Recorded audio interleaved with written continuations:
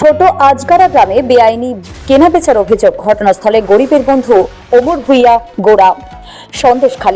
সন্দেশখালী বিধানসভার সরবেরিয়া ৩ নম্বর মণ্ডলের ছোট আজগারা গ্রামে বেআইনিভাবে কেনাবেচা চলছিল এমন অভিযোগকে ঘিরে এলাকায় চাঞ্চল্য ছড়িয়েছে।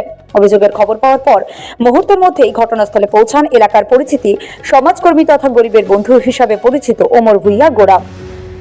স্থানীয়দের অভিযোগ, গ্রামের মধ্যে দীর্ঘদিন ধরেই একটি নির্দিষ্ট জায়গায় বেআইনি কেনাবেচা সংক্রান্ত কার্যকলাপ চলছিল। বিষয়টি নজরে আসতেই স্থানীয় বাসিন্দাদের একাংশ প্রতিবাদ জানান এবং বিষয়টি ওমর ভুইয়া গোড়ার কাছে পৌঁছায়।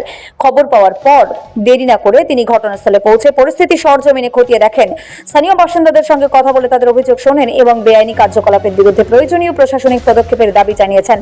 ঘটনাস্থলে কেন্দ্র করে এলাকায় ব্যাপক আলোচনার সৃষ্টি হয়েছে। স্থানীয়দের একাংশের বক্তব্য, সাধারণ মানুষের সমস্যার কথা দ্রুত সমাধান করা এবং ঘটনাস্থলে পৌঁছানোর কারণে আশ্বস্ত হয়েছেন। তবে বেআইনি কেনাবেচার অভিযোগ প্রকৃত সত্যতা, এর সঙ্গে জড়িত কারা, প্রশাসনিক তদন্তের পরই স্পষ্ট হবে। এলাকাবাসীর দাবি, বিষয়টি গুরুত্ব সহকারে তদন্ত করে প্রয়োজনীয় আইনানুগত ব্যবস্থা নেওয়া হোক। বেআইনিভাবে গরু কেনাবেচা হচ্ছিল। ঘটনাস্থলে পৌঁছালেন বন্ধু ওমর ভুইয়া। সরাসরি সন্দেশখালী টিভির পর্দা দেখানোর চেষ্টা করছি। একেবারেই সন্দেশখালী বিধানসভার সরবেরিয়া ৩ নম্বর মণ্ডলে একেবারেই গরিবের বন্ধু নামে যিনি পরিচিত আছে, একেবারেই মানুষের পাশে যেভাবে দাঁড়াচ্ছেন, ইতিমধ্যেই বড় সড়ো সফল। কি সফল দেখতে পাচ্ছেন ইতিমধ্যেই। দাদা কি বলবেন, আছে কি ঘটেছিল মূলত?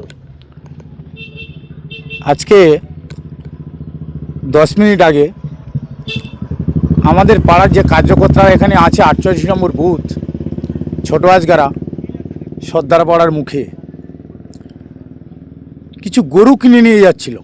যারা কিনে নিয়ে যাচ্ছিল এরা হচ্ছে একজন, তাদের সামনে এসো, একজন, দুজন, তিনজন, 5টা গরু কিনে নিয়ে যাচ্ছিল। কোথায় বাড়ি তোমাদের?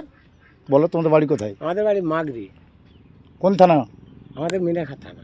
মিনাকা থানা থেকে এসে এরা গরুগুলো কিনে নিয়ে যাচ্ছিল গ্রামের ভেতর থেকে।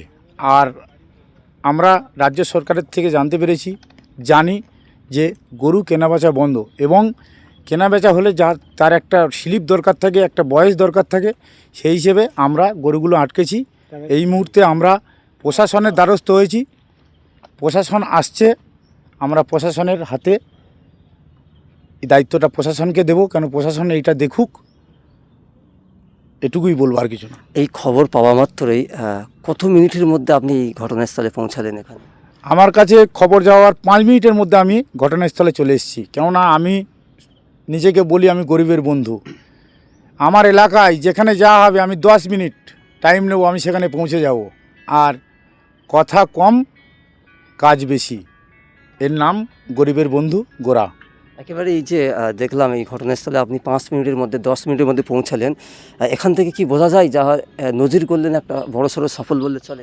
এটা জনতা জনার্দন তারাই বিচার করবে আমি গরিবের বন্ধু কি না। আমি তো বলবো জোর গলায় যে আমি গরিবের বন্ধু, সেটা জনতা জনার্দন বিচার করবে আমি গরিবের বন্ধু কি না। মুখে বলবো গরিবের বন্ধু, আর কাজটা হবে বেআইনি, সেটা কোনো দিন হবে না। আমি যতদিন বেঁচে থাকবো ততদিন ন্যায্য কথা, অন্যায়ের প্রতিবাদ আর গরিবের পাশে মরে যাবার আগ পর্যন্ত আমি থাকবো। এই জন্য আমি নিজেকে বলি আমি গরিবের বন্ধু।